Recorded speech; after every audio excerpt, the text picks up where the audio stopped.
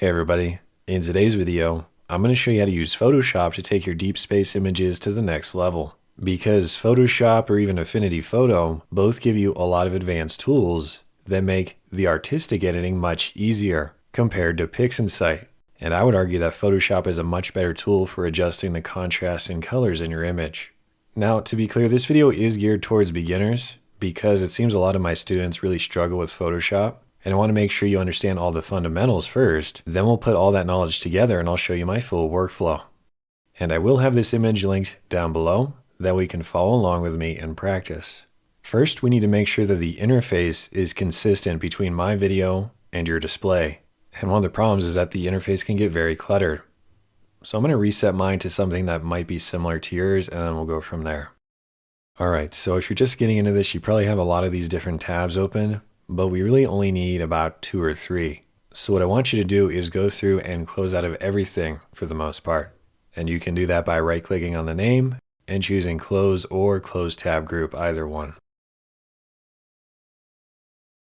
Once you've got just your layers and channels, you're in good shape. I'm also going to close out of all these other little buttons over here. We won't need those either. Besides the history, you will want that one. Then we'll go up to Window. And the first thing we need is the Adjustments tab.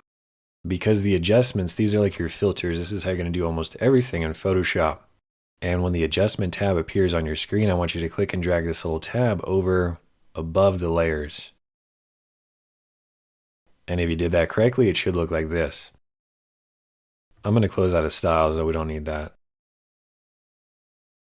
Then we'll go back up to Window and look for Properties. Properties works in tandem with the adjustments, so we want to make sure we have both side by side. And the same idea here. We'll drag the Properties tab over next to Adjustments. We'll close out of Info.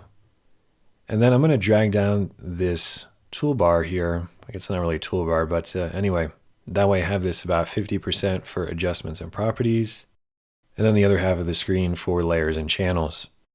And for your Adjustments tab, it might look something like this. You don't want to have that though. Make sure you're on single adjustments, and then you might even want to turn this into the list format. That might make it easier to find what you're looking for. And in this case, I know that my left-hand toolbar is kind of screwed up. I'm missing some of the tools that I'll need. And that's why I'm personally going to go up to Window and change this to Photography. That should give me all the tools I need on the left. If that completely reset everything on the right, you might want to go back and redo all that, but in any event, we should be good to go. The only other thing you might want to get is a paid plugin called Raya Pro. I'll try to have a link for this down below the video, and if you decide to purchase this software, it will just plug right into Photoshop, and you'll find it under Plugins. The reason I want you to consider Raya Pro is because it comes with this tool called Instamask. And while Instamask is not mandatory, it does make the editing workflow much easier, and I'll be using it quite extensively in today's video. The reason we want Instamask is because you can do easy color masking or even luminosity masking with the click of a button. There are ways to do this for free, but we just don't have time to get into that today. It's too much extra work. With your interface configured, we can move on and talk about layers. One of the main reasons I like using Photoshop is for the layers. This is something you're not going to find in PixInsight. And what that means is, if we go to our Adjustments tab, let's say I add a Curves adjustment layer. This is now applying to the data below it. And you'll know if there's actual data in the image by the little thumbnail. If you see your photo, that's an image layer. But if you see just a little icon, that's an adjustment layer, and it's applying to whatever's below it. If I turn off the background layer, you can see there's nothing there anymore. The adjustments have no effect until we have some image data below it.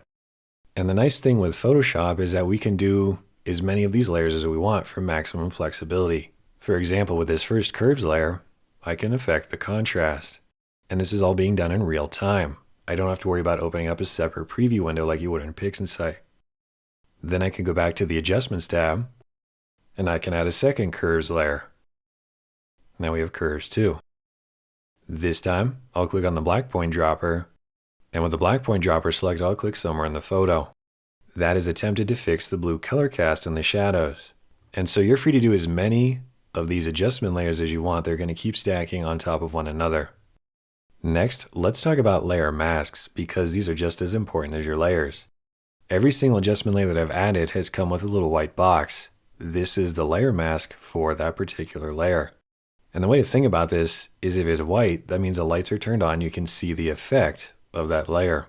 But if I turn the lights off by hitting Controller Command I, that makes the mask black and we've turned off that layer essentially. And so what you can do is you can selectively paint in where you want these effects to apply by putting white on a black layer mask. For this, you want to find the brush tool from the left-hand toolbar, or you can just click on the letter B on your keyboard. That would do the same thing for brush.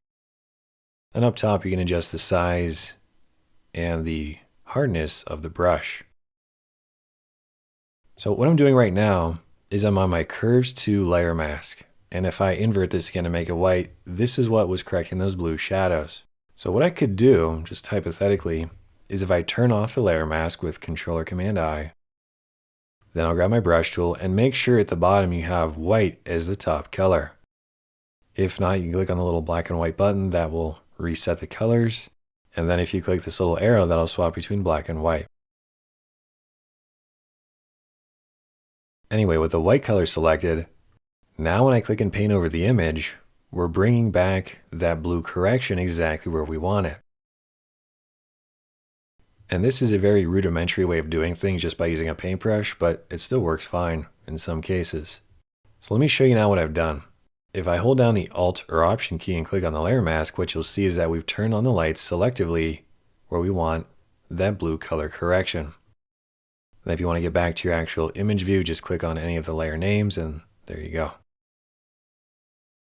But here's another problem. I just started painting on the photo and it's pure white. What happened? Well, one of the confusing things at first with Photoshop is that you need to make sure you actually have the layer mask highlighted. Because if you have this little icon highlighted or even the image itself and you go to paint, you're actually putting white paint in the image. So you always want to make sure when you're doing this kind of masking that the layer mask is actually selected. And as I said, using a white paintbrush is a very rudimentary way of doing things. There are much more advanced ways, which I'll show you here in a second. But if you screw up the layer mask like this, probably the easiest way to solve this is to right-click on it and then delete the layer mask. And then you can add a new one by clicking on this button at the bottom. It looks like a rectangle with a circle cut out of the middle. This is the Add Layer Mask button. And that will give you a new blank mask to work on. Okay, now that you got the hang of the layer masks, let's take it up a notch and talk about Luminosity Masks, which are much more advanced. For this, you will want to get Raya Pro, and then you'll have access to the Instamask tool, which you can find under Plugins, Raya Pro 6, Instamask. The way this works is you want to start by adding whatever adjustment you want to the photo. For example, I'm just going to make this look a little bit better, and then we'll go from there. All right, so let's say we're going to do a selective color layer. And when I'm doing this, I only want this to affect the nebula in the photo. I don't want the shadows to be affected. So the way we're going to do this is we'll go to the Instamask button. And we've got 4 different choices. There's kind of like a rainbow, which corresponds to the luminosity or brightness of the image. Then we've got a red button for the red colors, green, and then blue. Let's stick with the rainbow button though. This will measure the brightness. And then we'll click on B1, which stands for a Brights 1 Luminosity Mask. This gives us a grayscale image. And the way we want to think about this is, the brighter something is, the more it'll be targeted. The darker the shade of gray, the less it'll be targeted. And you can use this shadows, midtones, and highlights slider to further refine the mask. For example, if I just want this to target the nebula, I'll move my points around to make those brighter and the rest of the image darker. Something like that might work. When you've got your mask figured out, we'll actually click on the layer mask of the layer that we want to target, and then we'll click Apply. And if you look closely, you'll see that my Luminosity Mask is now embedded in the Selective Color 1 layer mask. If you want to see that a bit better, you can hold down the Alt or Option key and click on the layer mask to see it full screen. And then to get back to your normal view, just click on the layer name itself. And here you can see the before and after. We've just targeted the nebula to make them a bit more blue. And if you want to take this to the next level, again, you can hold down the Alt or Option key click on your layer mask, and maybe you don't want the jellyfish to be affected at all by this selective color layer. Well, you can grab a paintbrush from the left-hand menu, change the color to black, and with your black paintbrush, you can paint out the jellyfish or any other part of the nebula that you don't want to be affected. And if we click back on our layer name, we'll do that before and after again. See how we're just getting a nice color separation on the nebula that we didn't have before? That's the power of luminosity masks. And you could use this same concept for colors as well. For example, if I go back and add another selective color layer, maybe this time I only want to affect the jellyfish. So I'm going to do, let's say, some yellow colors, because that's mainly what it is. And I'm really going to push this to make it easier to see. I know that looks terrible, but just bear with me. If we go back to Instamask, I'm going to click on the red button this time and choose B1. This is trying to target the red parts of the photo. Then I adjust my shadows, midtones, and highlights so it's mainly targeting the jellyfish. And if I want to, I can even use my black paintbrush at this point to paint out the rest of the photo where I don't want it to be targeted. With our changes configured, we'll go back to the Instamask panel. Then we'll click on Selective Color Layer 2 and hit Apply. Now if I do my before and after, you can see we're only targeting the jellyfish, thanks to that red color mask. Next, we're going to briefly touch on blending modes and opacity. This is another great feature that you'll find in Photoshop. So for example, if I had a curves layer, and I use the black point dropper to remove the blue color cast from the shadows, this is not only affecting the colors, but the brightness of the image, which I don't necessarily like. This is where the blending modes come in. By default, every new layer is set to the normal blending mode. But you can change this to anything you want. I'm going to do color though. And with color selected, this curves layer is only affecting the color in the image, not the brightness. And in this way, I have more fine control over my image editing. This is also where the opacity comes in. If I like the effect, but it's just a bit too strong, I can lower the opacity of curves 1 until it looks a bit more reasonable. Maybe around 50 or 60%. Next, I'll go up to adjustments and maybe I'll do a selective color. I'm going to really push this along just to kind of get the point across. And the same idea is true here. If you like the effect, but it's a bit too strong, just lower the opacity. You can even try changing the blending mode to maybe overlay or soft light and see how that works. I normally don't do this, but at the same time, it can really transform an image. The final thing I want to show you before we go and do our full workflow is the Camera Raw filter. And the best way to do this is just add a few more quick adjustments. All right, that looks halfway decent anyway. And what we're going to do now is go up to Filter, Camera Raw Filter. And what might happen to you is you might get a white screen like this. If so, let me explain what's going wrong. When I went to Filter Camera Raw Filter, I was doing that on my Curves 2 layer mask, which is just a blank white layer. So you have to understand that if you're going to do any filters, they need to be done on the image data, not an adjustment layer. Because these adjustment layers, as we learned, are just kind of blank. There's nothing there. They're just adjusting the actual image data at the bottom of the stack. So logically, you would think, okay, I'll click on the background layer and then go to Filter Camera Raw Filter. But this brings up another problem. This looks nothing like what we just saw in Photoshop. That's because we're still working on the background layer without the adjustments applied to it. These are overlaying the background data. They're not actually a part of it, if that makes sense.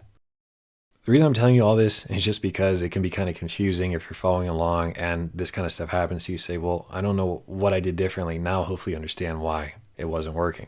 So to make a long story short, if you want to do the Camera Raw filter, there's a lot of different ways you can handle this, but I prefer just clicking on the top layer and then hitting Control-Shift-Alt-E. That would be Command-Shift-Option-E on a Mac. And if you did that correctly, you'll now have a new image layer on top of everything else. And if you compare this thumbnail with the bottom one, you can understand that these two curves have been applied to this image data. This can be the foundation for the rest of the workflow. Now if we go to Filter, Camera Raw, Filter, it finally works as intended. And this is a very simple way to edit your photo. If you want to make it brighter, increase the exposure. If you want to make it darker, bring down the blacks, or bring down the exposure as well. Really, all you have to do is move some sliders around until the image looks good. This is a lot easier than playing around with curves, I'll tell you that much. So that completes our light tab, but we've got plenty more to choose from. Moving down, we have color, and this is another way you can affect the colors in your image, obviously. But let me show you how to take this to the next level. When you've made your adjustments, we'll hit OK. And we're kind of stuck in a situation where we don't want the blue to affect the shadows. We just want to target the nebula. Well, hopefully you know where I'm going with this. We're going to go to Instant Mask, click on the rainbow button, then click on B1. Adjust the sliders so only the nebula are targeted. And when you made your adjustments, in this case, we're going to have to click on Layer 1. Then we'll add a layer mask to it. And finally, we'll click on Apply. Now, all of those color adjustments and brightness adjustments that we did are only targeting the nebula. And if you want to go back to Camera Raw and continue editing, I'd recommend hitting Control-Shift-Alt-E. That'll create another composite layer. You can even rename this by double-clicking on the name and calling it Camera Raw, maybe Texture. And then we'll go back up to Filter, Camera Raw Filter, and this time I'll go to the Effects tab, where we have Texture and Clarity. This gives the image a bit more of a punch to it. And I don't care if I go too far with it necessarily, because I can always turn this down later with the opacity slider. When I'm happy, I'll hit OK. This time though, I can add a layer mask, invert it with Controller Command I, that turns it off. Then I'll grab a white paintbrush and just paint in where I want more texture, mainly on the jellyfish. This might be kind of hard to see, but there's our before and after. And just like anything else, once you've finished your painting, you can lower the opacity if you feel that it needs it. All right, I've shown you all the basics of Photoshop. Now we're ready to go through and do my full workflow. And just as a reminder, I will have this image linked down below if you want to practice and follow along. So we're ready to go through and do our full editing workflow. Let me explain my thought process though. Whenever I'm doing editing in Photoshop, I'm always looking for problems and then trying to think of the best way to solve those problems. And this just comes with practice. But right now, as I look at the photo, it's kind of flat and there is that blue haze that we've been noticing earlier. So normally step number 1 for me is to go to the Adjustments tab and add a Curves adjustment layer. And with the Curves tool, there's a little hand icon. This is one of the most powerful features in Photoshop, because with the hand tool, you can simply click somewhere in the photo that you want to make darker and drag down. So I'll click over here and drag my mouse down to make the image darker. Once I have the darks figured out, then I'll find somewhere in the photo to make brighter, maybe somewhere in here, then I can click and drag that up. And with one simple curve adjustment layer, we've radically transformed the image. But this brings me to a very important point. One of the mistakes I see people make is that they do these really extreme contrast adjustments right at the start. And that's very hard to come back from because you've almost overdone it. I would rather do small, incremental changes one after the other until I'm finally happy with the contrast. That way I don't blow out the highlights or clip the shadows or anything else. So again, I'll find the darkest part of the photo, drag that down. Find a brighter part, maybe over here this time, drag that up. And that's enough contrast for right now. Then I can go back to the Adjustments tab and maybe do a second curves layer. And with this second curves layer, I'll do the same thing. I'll click on the hand tool, but maybe I'll focus on the nebula itself. I'll find part of the nebula to make brighter. I'll drag that up. Then I'll find somewhere in the nebula to make darker and drag that down. See, that's just a nice, subtle contrast adjustment. And if it's a bit too strong, I'll lower the opacity. Next, I'll go back to the adjustments and add a third curves layer. This time I'll use the black point dropper. And before I even click on the photo, I'm just going to change the blending mode from normal to color. because I know I only want to affect the colors this time around. So we have curves 3 set to the color blending mode with the black point dropper selected. And then I'll just start clicking throughout the photo until the colors are neutralized, and I think it looks good. I think right there will work. That's pretty neutral. In 3 curves, we've gone from that to that. It's a lot better. Now that we've fixed the contrast and that underlying blue color cast, I'm ready to focus on the rest of the colors in the image. And my favorite way of doing this is with selective color. With selective color, you can target the reds, yellows, greens, blues, whatever is actually in the image. Right now it's mostly green and yellow. I'll start with yellows. Then I can either add cyan to the yellow color channel by moving this to the right, or I could subtract cyan by moving it to the left. And I want you to understand that when I'm doing these color adjustments, I'm always thinking in the back of my head that I can do masking later on. So if I like the way this looks up over here, but not anywhere else, that's okay because I can just make a mask and target this area alone. And I think that's what I'm going to do, in fact.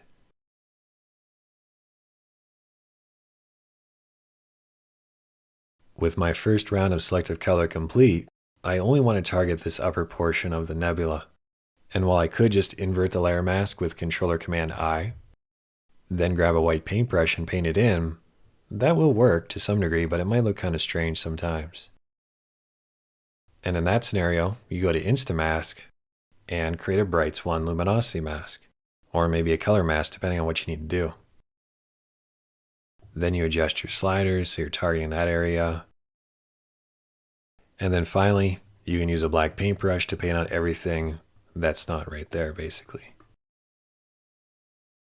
Then we'll click on our layer mask for selective color layer 1, go back to Instamask and click on Apply. Now if I do the before and after, you can see we have a nice subtle orange boost to that part of the nebula, and it looks totally natural. Let's continue with that idea and focus down here. I want to see more blue. There's too much green. So we'll do another selective color. This time we'll start maybe on the green color channel and try to get more blue if possible. There we go. Then I'll go down to cyan, play around with this one. I might even have to change this to neutrals as well.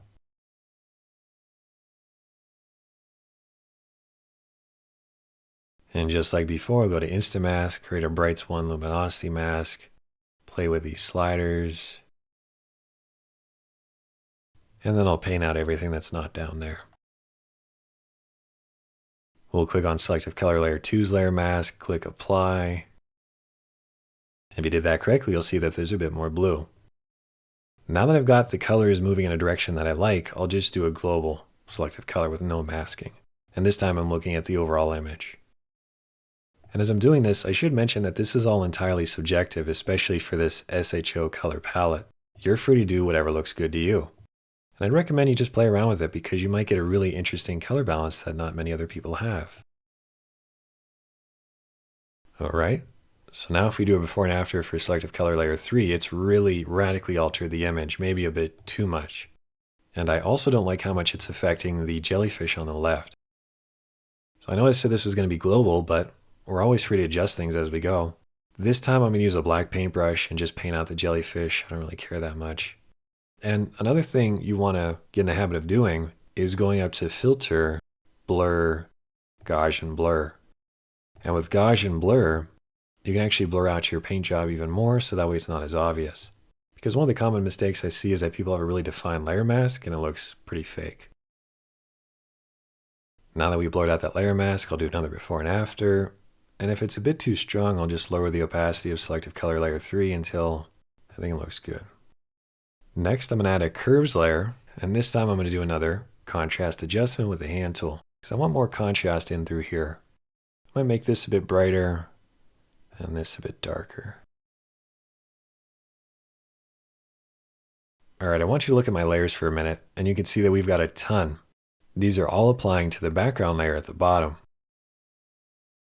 If you're ready to take the image into Camera Raw, we could hit Ctrl-Shift-Alt-E. And with this new layer 1, this actually might be a good time to fix this flare. To be honest, I kind of forgot about it, but now would be a good time to fix it. And for this, you're going to want to find the patch tool from the left-hand menu. If you can't find it, hit the J key, and hopefully that will bring it up, or at least bring up a drop-down menu where you can find the patch tool. With the patch tool selected, make sure you are on a new image layer. Zoom into the flare, or maybe it's a dust spot if you're working on your own image. Then draw a circle around the problem area. With our new circle, we're going to click inside of it, and then drag over to the right or the left, whatever. We're trying to find something that matches as closely as possible, which can be very difficult. But maybe something like that. We'll hit Controller Command D after we let go of our mouse. And there we go. Here's our before and after. Looks a lot better. If you decide though that it doesn't look right, you can always go to your history and click above the patch tool. That will undo it. Or you could always just delete this layer and create another one and try it again. But in my case, I look pretty good, so I'll just do this one more time. I drag a circle around it. I click inside, find a nearby area, let go, Controller Command D. And I could even rename this layer to Cleanup. Then I'll hit Control Shift Alt E again. And with this new composite layer, I'll call it Camera Raw. Then we'll go up to Filter, Camera Raw Filter. And like I've been saying throughout the video, I like to do small incremental changes. So this time I'm only going to affect the light tab. I'm not going to touch any of the others. I should also mention I'm editing this at night with a pretty bright monitor. And if I'm watching this during the day, I might decide that I really don't like the way I took the photo. That's why I always recommend that you look at your images in different lighting conditions and confirm it looks good no matter if it's bright or dark outside. With my light adjustments finished, I'll hit OK. And I'll rename this layer to Camera Raw Light. Then I'll hit Control Shift Alt E. This creates another composite layer. And we'll call it Camera Raw Color. Now there will be some people that say this is a bad way of doing things, this is destructive, you should be using smart objects. And that's true to some degree, but I would argue, especially if you're a beginner, this is a much more straightforward way of doing things, and it'll make it easier to learn the software. Then once you get more practice and you know what you're doing, you can consider using smart objects, but those tend to introduce a lot more complications. Using these composite layers is pretty simple, but with our Camera Raw Color, we'll go back up to Filter, Camera Raw Filter, and this time we're only going to mess around with the colors. There's also a color grading option if you want to play around with that. You can affect the shadows, midtones, and highlights independently by moving the circle around to get a different color balance. This can be a bit tricky though, so if you can't get the hang of it, just right click on it and reset it. When you've made your adjustments though, we'll hit OK. And the reason I'm doing this layer by layer is because I want the ability to mask things out. So for Camera Raw Color, I'm going to do another Bright's Luminosity Mask and just target my nebula, but this actually brings me to something that I wanted to talk about. Let's say you already have a layer mask from earlier that you want to reuse. If so, you can hold down the Alt or Option key and then click and drag that layer mask to copy it. See that? I held down the Alt or Option key, and if I drag the layer mask up, it replaces it with whatever you had targeted. So for this, maybe I just want the bottom part of the nebula, that layer mask. I hold down Alt or Option, drag it up, then I paste it in. And now this Camera Raw Color layer is only targeting the lower portion, which actually looks pretty good. And don't forget about your opacity, you might want to adjust that as well. Then we'll hit Control Shift Alt E one more time. This one we'll call Camera Raw Texture. And with Camera Raw Texture, we'll go up to Filter, Camera Raw Filter, go to the Effects tab, and add some texture and clarity to the image, whatever you think it needs. And when you're doing this, you might want to look at different parts of the photo, because you could do this 3 or 4 times. Maybe you get a pretty aggressive texture for this part of the image. Then you do this the second time, you focus on this part of the photo. Then you do it a third time for just the jellyfish. That would be a great way to do small incremental changes one at a time. Alright, so for this first Camera Raw texture, I'll just add a black layer mask by holding down the Alt or Option key, and then clicking the Add Layer Mask button. Again, you hold down Alt or Option, click the Add Layer Mask button, that will make it black. If it came up white anyway, just hit Control or Command I, that will invert it.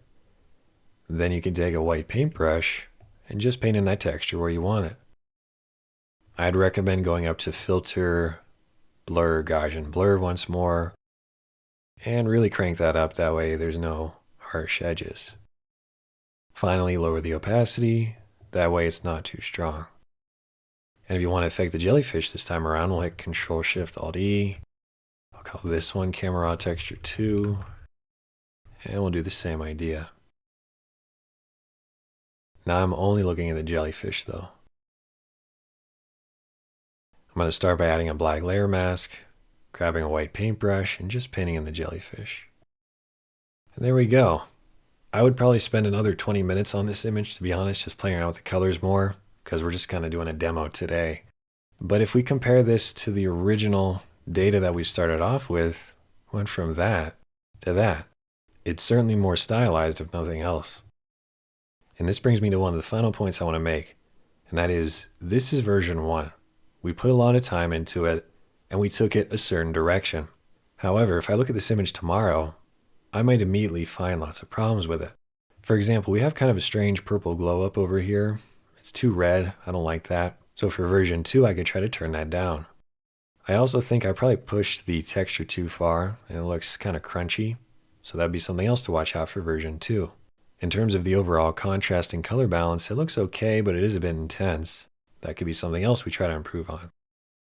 And because we're working in Photoshop with all these layers, if we save this as a TIFF file, then those layers will stay intact, and you can come back and edit them as much as you want. The only thing left, really, if you are happy with this, is to add the stars back in. And while you could do that in Photoshop using the stars layer set to the screen blending mode, I would argue that if you bring the image back to PixInsight, you'll actually get better results. And there's a script there called Image Blend that works really well. But it's basically just trying to replicate what you have in Photoshop, to be honest.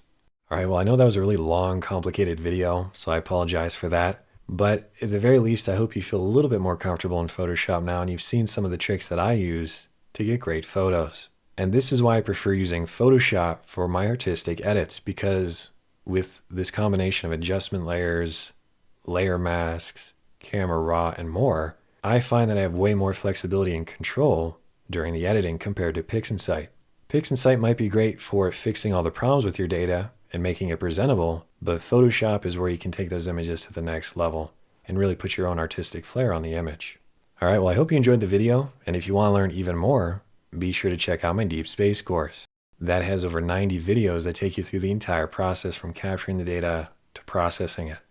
And there's even a companion PDF that I wrote. It's basically a book at this point, 190 pages or so, and that fills in all the additional information to correspond with the videos. So that should answer any other questions you might have, and that's all included, again, in that Deep Space course. But that's all I've got for you today. Thanks for watching, and I'll see you in another video.